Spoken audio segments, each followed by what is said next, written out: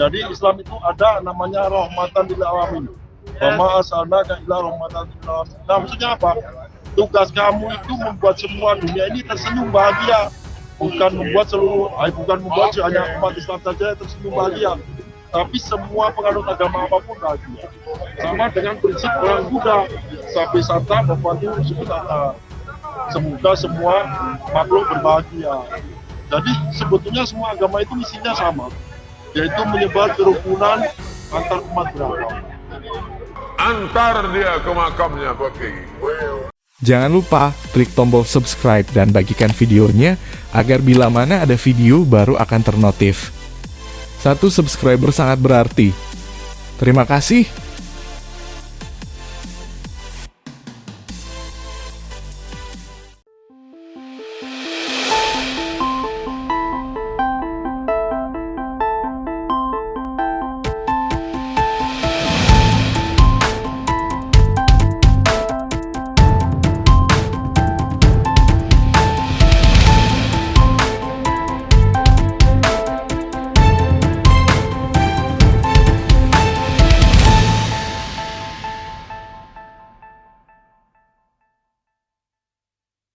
Shalom, Om Swastiastu. Salam kebajikan bagi kita semua dimanapun kita berada. Pada saat ini kiranya kita semua tetap berada dalam keadaan sehat. Dan apapun yang merupakan aktivitas kita sepanjang hari ini, kiranya Tuhan Yesus memberkati kita semua. Dan kembali berjumpa lagi di channel kita, channel kesayangan kita ini, Gereja YouTube. Ya, terima kasih buat teman-teman semuanya dan juga para sahabat yang sudah mendukung perkembangan channel ini dengan setia, dan kiranya kita tetap mengudapkan untuk menjadi berkat bagi kedua orang. Saudaraku, sebangsa dan setanah air Indonesia, hari ini teman-teman, saudara, kita akan membagikan video yang sangat luar biasa dan pantas untuk kita bagikan. Mari kita saksikan video berikut ini. Putrinya Bung Karno, namanya Bu Sukmawati. Bu Sukma, kamu anak halal apa anak haram? Ayo. Kalau kamu anak haram berarti ke sahadat dulu berarti. Kumpul kebo berarti. Apa sih agamanya Bu Sukma itu? Apa? Nggak boleh begitu itu Bu Sukma. Sudah tua, sudah udur ya. Sebentar lagi meninggal. Sukmawati ngomong begini, Ari kondeku lebih anggun daripada dadarmu, lantunan kidung sunyiku lebih merdu daripada adanmu. Lebih mulia mana Al-Quran sama Pancasila? Lebih mulia mana Al-Quran sama majalah Playboy? Masih mending saya dituduh ustadz palsu, ustadz pemecah belah bangsa. Ini fitnah, karena saya bukan palsu. Pesantren saya nyata itu, 3 lantai itu. Bahkan banyak anaknya polisi yang nyantri di pesantren saya, Pak. Aku tak tahu syariat Islam. Yang ku tahu, suara kidung ibu Indonesia sangatlah elok. Lebih merdu dari alunan azanmu. Tanpa dengan kalimat Allahu Akbar pun, kalau sudah waktu Tuhan merdeka, merdeka. Vietnam merdeka, itu nggak kenal Allahu Akbar. Thailand merdeka, tanpa Allahu Akbar. Filipina merdeka. Sebelum ada Islam, sebelum ada Kristen, di Indonesia ini hanya ada Hindu dan Buddha. Oleh karena itu kita kembalikan kepada orang Hindu dan orang Buddha itu damai hidupnya, ajaran agamanya juga tidak ributin apa-apa, tidak perlu basuh muka, cuci tangan, sikat gigi untuk menyembah Tuhannya. Ruang demokrasi yang dilakukan oleh rezim Jokowi Ma'ruf Amin. Kita melihat begitu banyak aksi-aksi dari mahasiswa, aksi-aksi dari pelajar, aksi-aksi dari pemuda yang mendapatkan pembungkaman dari rezim Jokowi Ma'ruf Amin.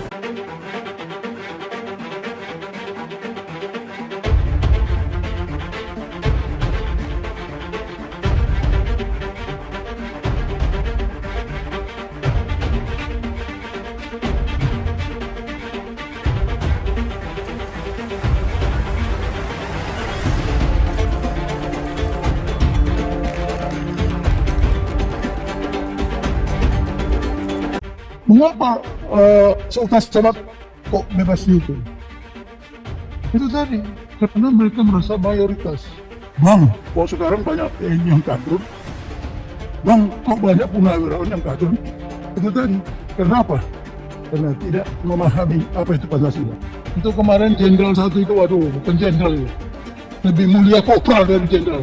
Masa orang dikasih makan tai? Kalau Indonesia Raya togut, bendera orang merah putih nggak perlu dihormat. Garuda Pancasila itu haram semua. Pakai BH sudah haram, apa lagi? Yang nggak berdebat masuk neraka. Waduh, emangnya udah tahu dia neraka itu di mana? Tidak boleh satu agama menuntut bahwa Pancasila itu miliknya. Mereka mengklaim yang namanya Tuhannya Allah adalah Tuhan Islam. Pancasila dibilang, oh itu Pancasila itu bahasa Arab. Musyawarah untuk mufakat itu bahasa Arab. Aduh, ini udah dikacaukan budaya kita. Jangan sampai anak-anak itu kacau. Makanya Pak Endro Priyono udah bilang, janganlah dibawa Arab kemari. Kenapa bukan bela agama? Kenapa harus bela negara? Bela agama belum tentu bernegara. Bernegara pasti mempersilahkan agama. Itulah Pancasila. Bidadari yang apabila betis mereka saking putihnya, apabila ditampakkan ke dunia bisa menerangkan seluruh dunia yang gelap. Ini 70 bidadari selain istrinya yang ada di dunia, ada kata istrinya juga penduduk surga. Jadi di sini ada hiburan buat bapak-bapak yang mengembat poligami tapi belum bisa poligami. Dari ibu-ibu yang tidak mau menerima poligami. Andai kata ibu di dunia nggak dipoligami, di surga ibu pasti dipoligami oleh suami ibu sendiri. Ibu terima ataukah tidak? Indonesia yang satu. Bukan karena keseragaman, melainkan keberagaman. Bukan karena budaya yang sama, melainkan tekad yang sama. Suku, bahasa, warna kulit, bahkan agama yang berbeda bukan halangan untuk membangun satu Indonesia. Namun demikian, harus ada pemuda Indonesia yang lain yang memberitahu kepada yang belum tahu, yang meningkatkan pengetahuan dan keterampilan kepada yang kurang, yang meningkatkan kesejahteraan pada yang miskin, yang membuat semua anak Indonesia mempunyai kontribusi yang lebih besar pada kemanusiaan dan kemajuan bangsa. Apaan? Ada yang ngomong katanya di dalam salib itu ada jin kafir, Bik. Kamu bener di Al-Quran ada seperti itu? Ada. Terus dia ngolok-ngolok lagi simbol Tuhan agama lain sampai dibikin kepalanya ke kanan apa ke kiri. Apa boleh di Al-Quran seperti itu? Tidak boleh. Dia ngomong lagi, Bik, katanya jin kafir itu manggil haleluya. Apa boleh di Al-Quran seperti itu? Tidak boleh, ya Allah, tidak boleh. Terus kenapa dia masih bikin kayak gitu? Ya, 2024 pilih Anies Baswedan. Wakilnya siapa? Ustaz Abdul Somad. Orang yang dipakai oleh Allah di zaman para nabi. Model-modelnya seperti saya dan Ustaz Somad. Ini satu pasangan ideal, kakak beradik. Ganggu adik saya, pasti saya naik hitam itu, naik darah. Di dalam Al-Quran tegas dilarang bagi kita untuk menghina agama orang lain. Apalagi untuk menjelekkan agama orang lain, itu sangat dilarang di dalam Al-Quran. Di agama lain pun juga sama. Di Bible itu juga sama. Di Weda juga sama. Di Tripitaka juga sama. Bahwa Tuhan Allah SWT sesungguhnya menciptakan orang dengan agama yang berbeda-beda untuk saling menghormati. Betul? Betul? Betul? Betul, Bapak-Bapak? Kalau tuntutan kami sebenarnya sama, takkan bersalah di sana sekarang juga. Bersunat, tak mandi wajib, berzina kerjanya. Jangan suka kepada orang kafir. Man tashabbaha biqaumin fahuwa minhum. Siapa yang suka kepada orang kafir, maka dia bagian dari kafir itu. Materi-materi yang membina kerukunan antara umat beragama. Tolong sampaikan materi-materi yang menilai semua agama itu baik. Kalau nanti materi itu salah menurut kitab suci gimana? Tidak salah menurut kitab suci. Hanya Anda saja yang pola pikirnya tidak sampai bahwa semua agama itu baik. Jadi Islam itu ada namanya rahmatan lil alamin. Wa ma arsalnaka illa rahmatan lil alamin. Nah, maksudnya apa? Tugas kamu itu membuat semua dunia ini tersenyum bahagia. Bukan membuat hanya umat Islam saja yang tersenyum bahagia, tapi semua penganut agama apapun bahagia. Sama dengan prinsip orang Buddha, sapi santa membantu semoga semua makhluk berbahagia. Jadi sebetulnya semua agama itu misinya sama, yaitu menyebar kerukunan antar umat beragama. Antar dia ke makamnya pakai ambulan C, lambang kafir. Balik dari sini beli pilok, hapus. Dia menganggap bahwa simbol salib di mobil ambulans yang juga adalah simbol palang merah itu sebenarnya adalah salib Kristen yang dapat mengkafirkan orang Islam, bahkan mayat Islam yang dibawa di dalam ambulans itu. Nah, jadi 3 masalah ini dari 3 penjelasan atau alasan yang diberikan oleh Abdul Somad itu dalam video saya sebelumnya sudah saya jelaskan, itu paling menyelamatkan dia hanya dari masalah hukum, tapi tidak menyelamatkan dia dari masalah yang lain, yaitu masalah moral berisi penghinaan dan juga masalah ambulans yang menurut saya adalah kebodohan. Maksud saya adalah bahwa video itu merupakan jawaban atas pertanyaan orang tidak serta-merta membuktikan bahwa itu bukan penghinaan. Bahwa video itu disampaikan di ruang tertutup tidak serta-merta berarti bukan penghinaan. Bahwa video itu disampaikan 3 tahun lalu tidak serta-merta itu bukan penghinaan. Dengan kata lain, video itu memang adalah jawaban atas pertanyaan orang, tapi dalam jawaban itu dia sedang menghina simbol Kristen. Nama KCK, Ustaz Abdul Somad saat Anda memakai juru agama, Anda menghina agama lain, tangkap. Hukum tidak boleh kalah dengan siapapun. Mereka turun dari surga pun kalau level saya tangkap. Nggak perlu takut bapak-bapak. Bapak-bapak ini kan rakyat. Masa rakyat apa perlu kita bikin apa nih? Kita di belakang Polri. Tangkap aja Pak. Rizik Sihab, ujaran kebencian, bunuh pendeta, tapi yang ditangkap pakai undang-undang prokes. Kan kasihan Pak, rakyat ini dikasih tonton. Antar dia ke makamnya pakai ambulan C, lambang kafir. Balik dari sini beli pilok, hapus. Ceramahnya yang meresahkan, yang mengatakan di dalam patung Yesus ada jin kafir. Emangnya dia udah ngintip ke dalam patung. Laporan itu setelah beberapa bulan saya dapat panggilan dari kepolisian untuk bersilaturahmi sebagai saksi. Tapi H-2 dibatalkan. Saya dihubungi dengan alasan pandemi. Oke, kita terima. Make sense. Saat itu COVID sedang lucu-lucunya di Indonesia. Beberapa bulan kemudian, setelah saya follow up, datang lagi surat ke rumah saya, mengundang lagi untuk bersilaturahmi lagi. Dan Amin 1 dibatalkan lagi dengan alasan COVID. Sekarang aja kasusnya dibatalkan. Ya apa bisa pakai masker, bisa jaga prokes. 1 kali oke lah, gitu ya, dibatalkan 2 kali. Ini kayak skenario.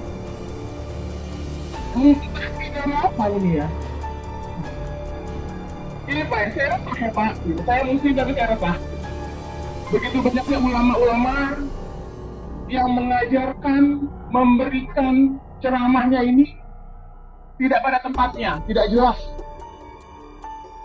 Ujaran kebencian sudah jelas ya. Mengadu domba, kerukunan umat beragama sudah jelas. Terus apa sih yang bikin pihak yang berwajib ini Kok nggak berani? Mari kita Abdul Somad. Ada apa sih sebenarnya? Sebenarnya dia adalah manusia yang lainnya. Ulama itu manusia, punya banyak salah. Pasti dia orang panutan ulama yang memberikan kebencian yang didengarkan begitu banyak ceritanya. Lalu nanti si jamaahnya itu pulang ke rumahnya menyampaikan apa yang dia dengar lagi ke anaknya, ke istrinya, ke keluarganya. Ke teman-temannya di luar, akhirnya seperti dalam setan. Sebenarnya mereka juga tahu itu salah, cuma karena ulama itu nggak pernah salah. Padahal ulama juga manusia. Lans itu tanda plus berwarna merah itu beda dengan salib, ya beda, tidak sama.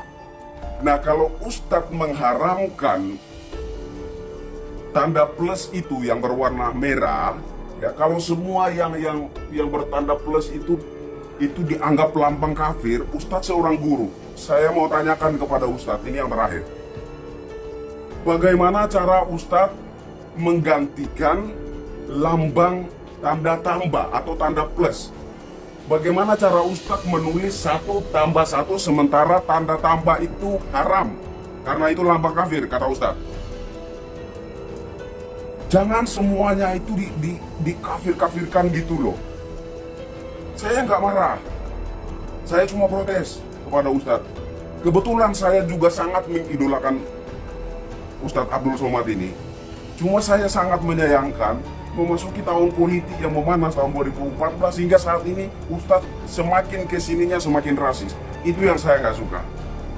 Saya mohon maaf Ustadz, kalau seandainya ada orang agama lain yang mengucapkan kata-kata seperti yang Ustadz ucapkan itu, kemudian menempelkannya kepada agama Ustadz, apa yang terjadi? Coba, apa yang akan terjadi? Ditanya, apa pendapat Pak Ustadz tentang ISIS? Bagus, saya bilang. Siapa yang tidak ikut kepada ISIS, kafir, halal darahnya. Berita pagi ini telah mati gerakan bom bunuh diri. Jangan katakan bom bunuh diri. Banyak wartawan-wartawan yang tidak islami memakai istilah-istilah kafir tanpa biasa diri. Gerakan bunuh diri, padahal gerakan mati saya zaman sahabat Nabi pakai pedang, zaman sekarang tak pakai pedang. Mengetupkan ledakan mati saya. Ada pun orang yang mengejek ini mati konyol. Kalau semuanya tidak taat, mustahil tetap ke surga. Tapi jemaahnya berdosa itu yang neraka. Jadi Ustaz tidak perlu memaksa jemaahnya untuk mentaati ajaran Islam. Karena dosa masing-masing manusia itu ditanggung oleh si manusia itu. Laha makasabat, walaha makasabat. Jadi masing-masing manusia menanggung dosanya sendiri-sendiri. Ustaz tidak menanggung dosa jemaahnya. Pengkhotbah tidak menanggung dosa jemaahnya. Guru di pondok pesantren tidak menanggung dosa muridnya. Begitu juga pendeta tidak menanggung dosa jemaahnya. Jadi, kalau ada tokoh agama yang memaksa penduduk untuk mentaati sebuah ajaran agama itu salah. Itu jelas bertentangan dengan prinsip la ikraha fiddin, tidak ada pemaksaan di dalam perkara-perkara agama. Jadi di Al-Quran sendiri dikatakan tidak ada pemaksaan di dalam perkara-perkara agama. Agama itu hanya sebatas kata. Kami akan melakukan aksi damai di depan Kementerian Agama, Pak. Siapa yang menjadi agama minoritas, masyarakatnya lebih condong untuk berdiam diri, tidak mau bersuara karena terintimidasi dengan ini dan itu. Tapi saya pikir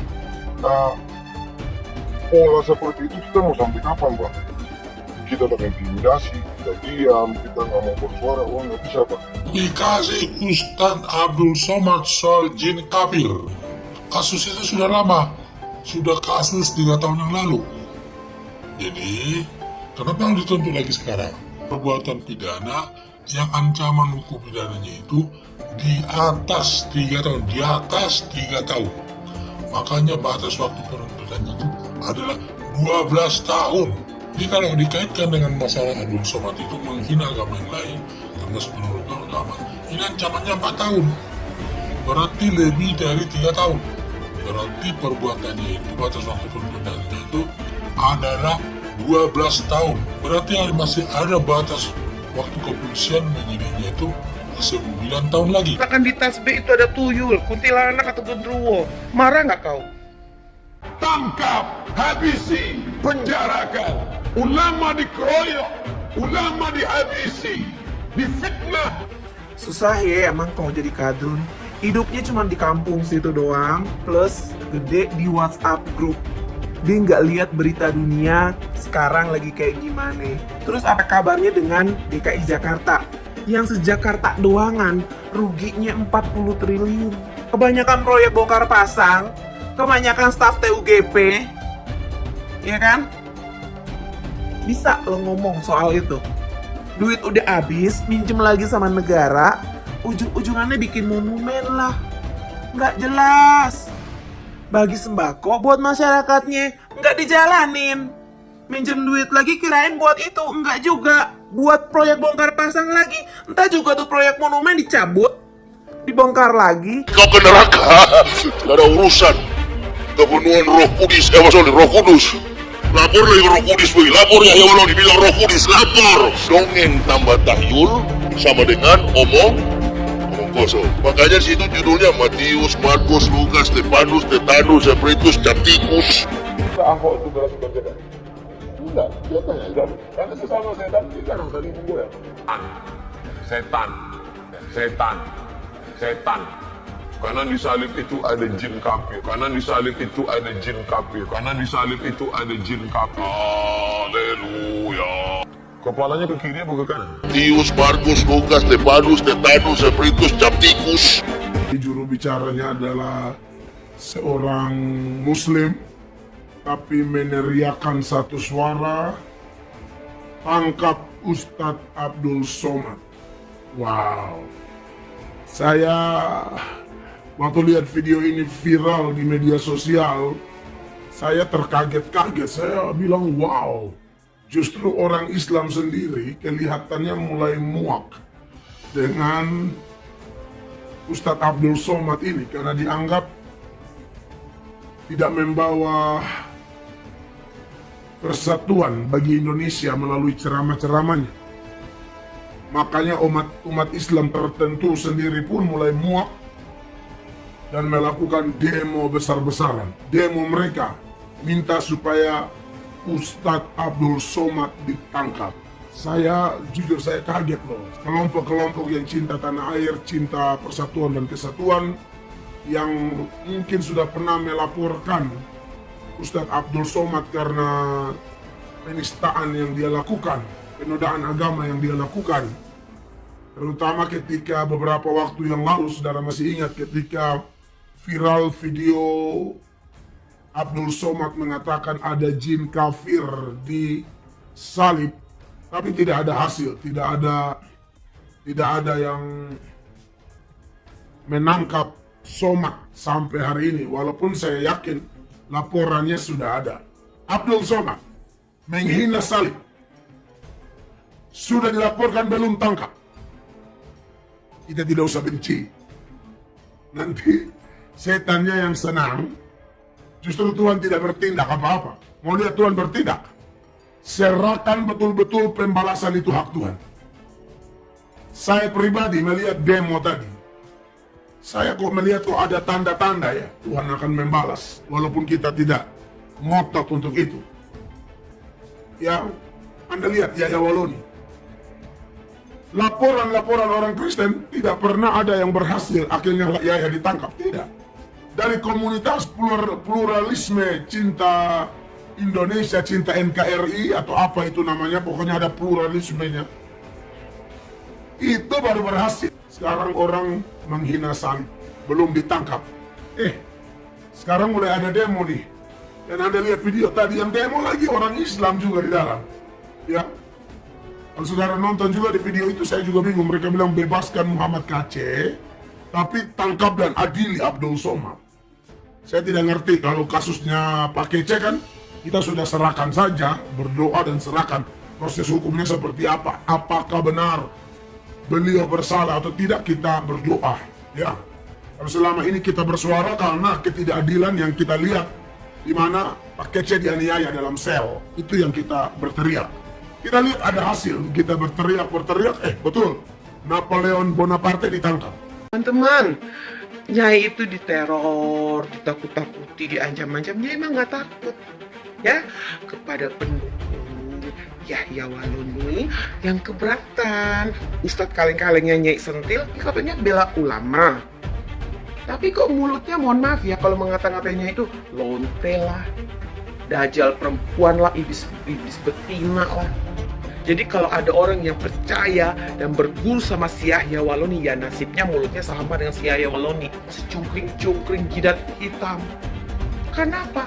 Terlalu percaya sama mulut-mulut yang menebarkan kebencian, fitnah dan hoax, mulut-mulut sampah.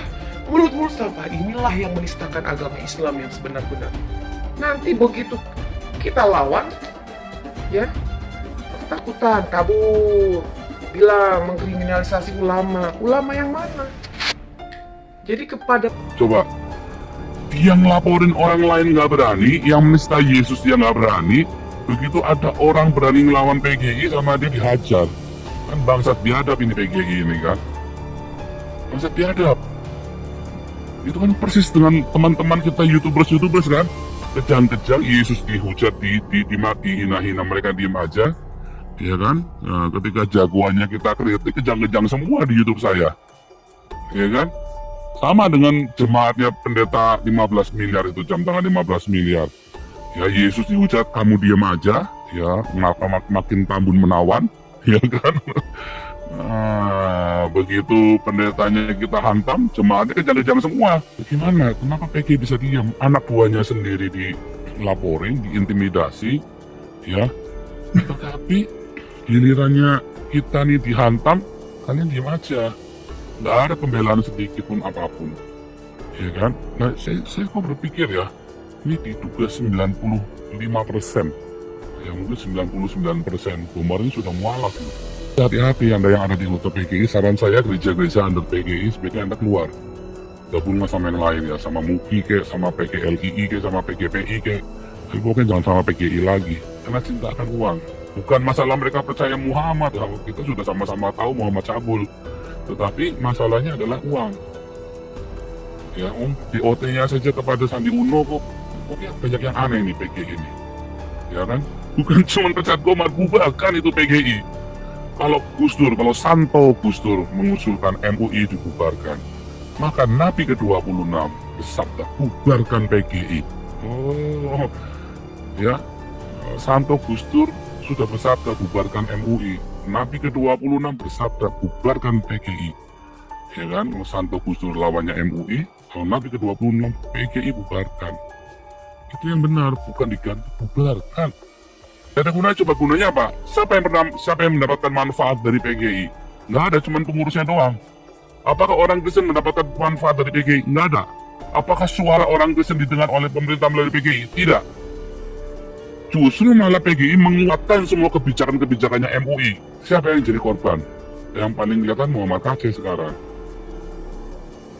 Yang paling kelihatan Muhammad KC yang jadi korban di depan mata dan didiamkan, dibiarkan. Ada PGI bersuara sedikit pun enggak, malah kasusnya saya dibilang orang gak jelas lagi sama PGI.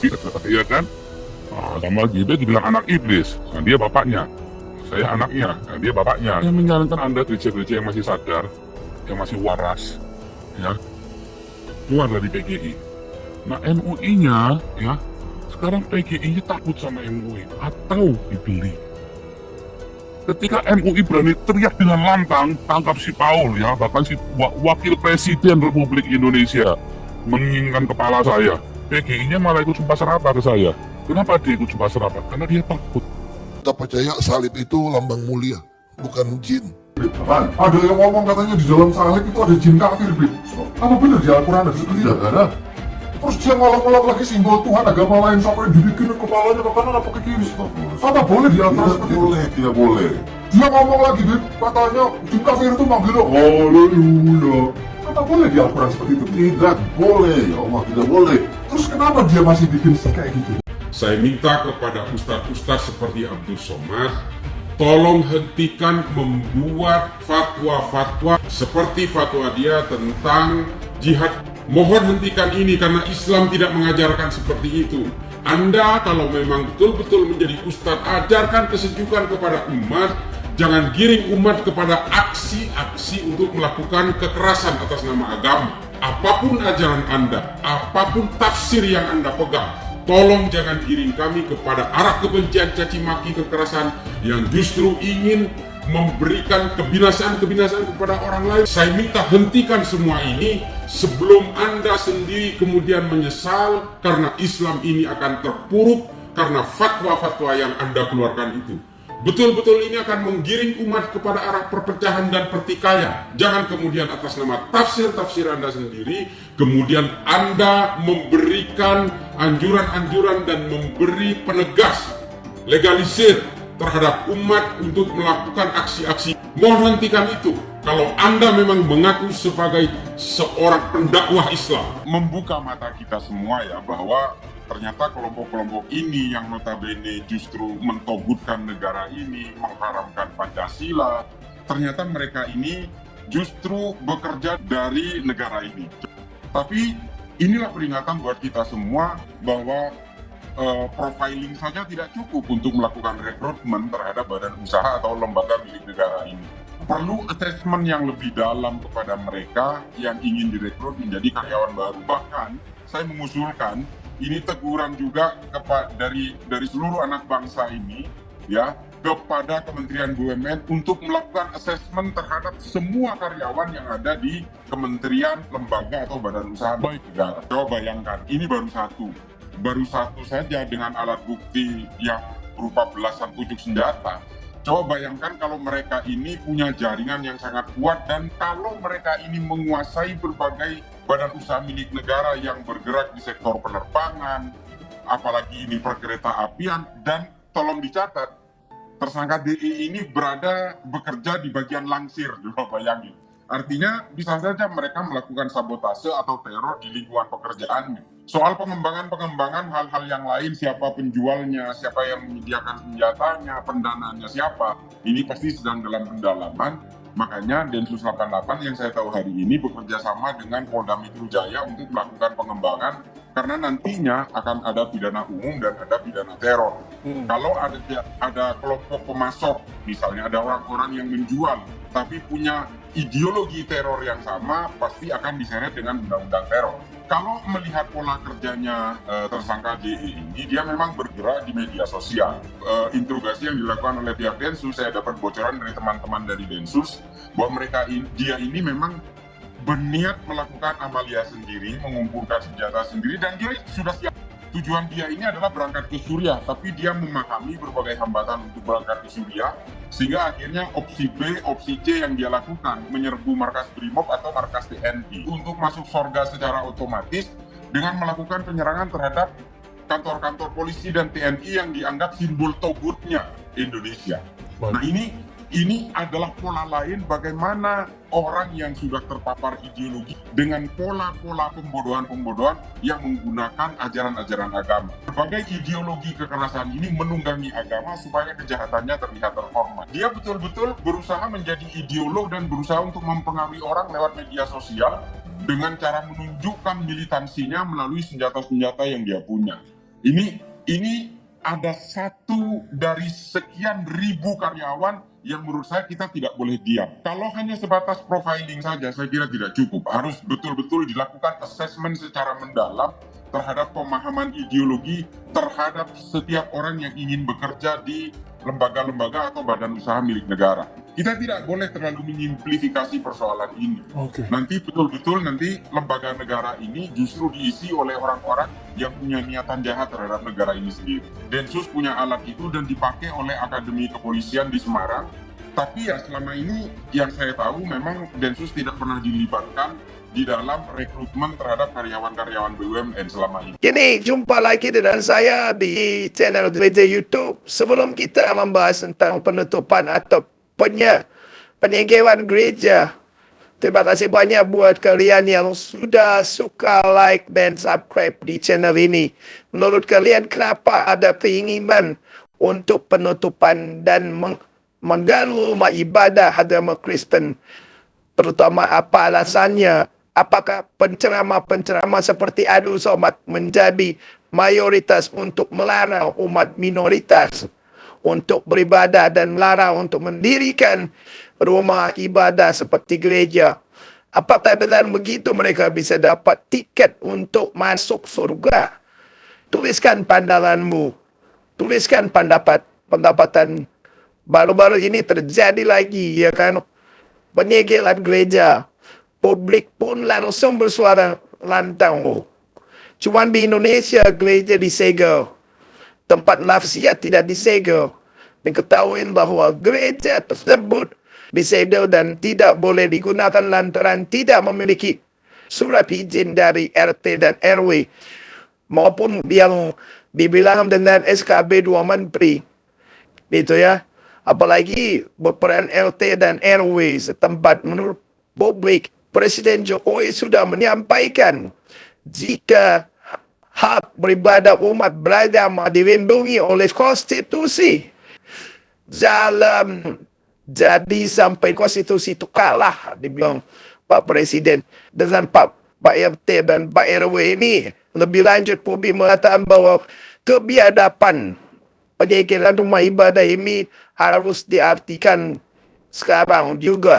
Harus dihentikan karena juga melanggar konstitusi untuk menghalangi ibadah umat non-muslim itu ya, terutama umat minoritas yang beragama Kristen.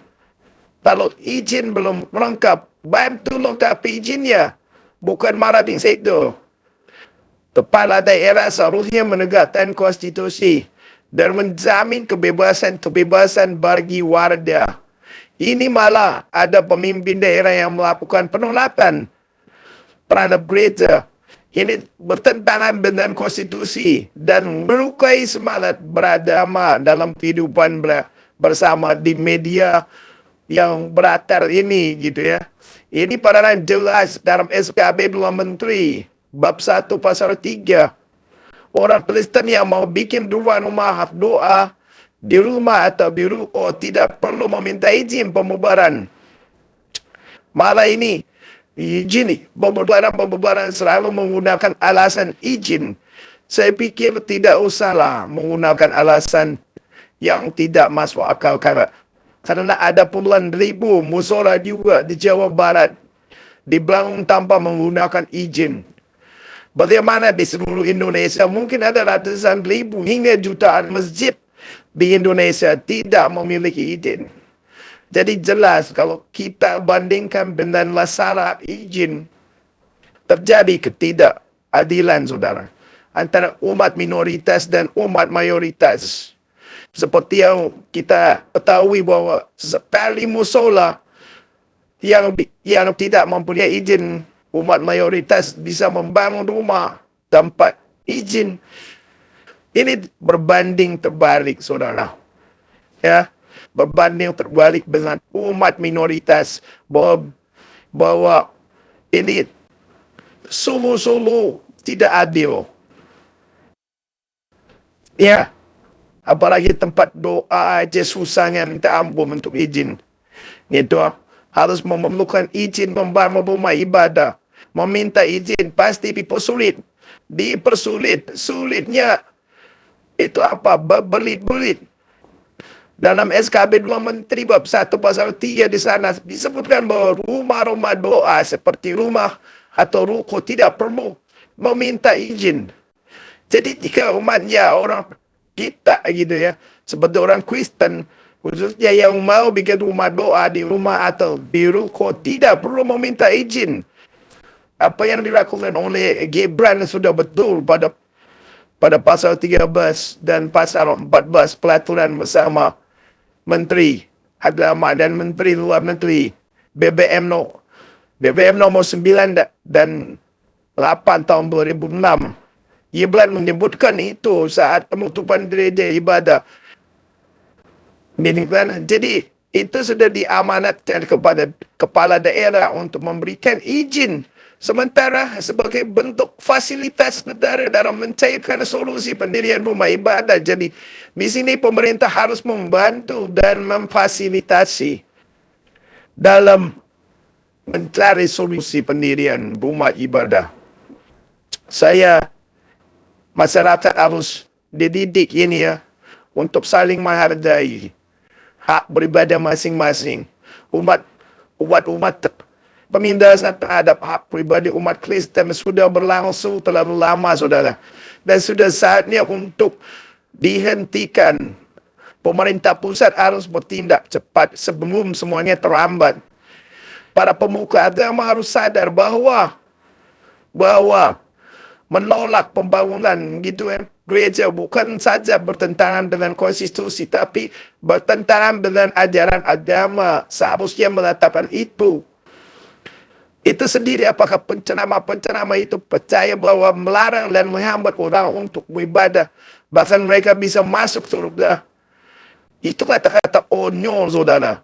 Itu edukasi konyol. Masa melarang ibadah untuk umat Kristen itu yang melarang bisa masuk surga, mendapatkan dayang-dayang bidadari. Menurut kalian kenapa ada keinginan untuk menutup? Dan mengapa rumah ibadah agama minoritas terutama umat Kristen? Apa alasannya dan kenapa ini semua terjadi? Apakah penceramah-penceramah seperti Abdul Somad menjadi rujukan rangkuman mayoritas untuk melarang umat minoritas untuk beribadah? Apakah dengan begitu mereka bisa mendapatkan tiket untuk masuk surga? Begitu ya, saudara. Ini saya ada dalam opini yang saya tulis hari ini. Tulisan opini kalian tentang warga yang meninggal gereja. Tuliskan nih ya. Tuliskan, saudara, saya mau tahu pandangan kalian sebagai orang Kristen. Apa gitu ketika melihat orang menegel gereja. Biar pemerintah lihat ini video dan dia membaca komentar-komentar kalian untuk tetap bergerak gitu ya. Tulis-tulisan itu. Kenapa mereka menyegel gereja? Apa pendapat lo? Tuliskan dan tuliskan pandanganmu. Kenapa banyak sekali polda yang senang sekali melakukan penebelan atau pelarangan terhadap gereja. Jika kalian suka dengan video yang saya sampaikan, pastikan Anda semua menekan like video ini. Dan bagikan video ini ke teman-teman. Dan supaya mereka semua mengetahui tentang informasi ini, tekan tombol subscribe dan bunyikan lonceng notifikasinya supaya kamu tidak ketinggalan info channel dari Gereja YouTube. Dan juga ayo menjadi member. Ayo terus kita menyuarakan karena ini sangat viral, saudara. Butuh komentar kalian. Saya udah tahu cara. Harus ada komentar kalian di bawah. Tuliskan komentar kalian di bawah. Untuk terus kita bisa menyuarakan ini. Biar didengar gitu. Satu komentar kalian sangat berharga untuk masa depan NKRI. Itu yang bisa saya sampaikan. Terima kasih. Tuhan Yesus memberkati kita semua. Shalom.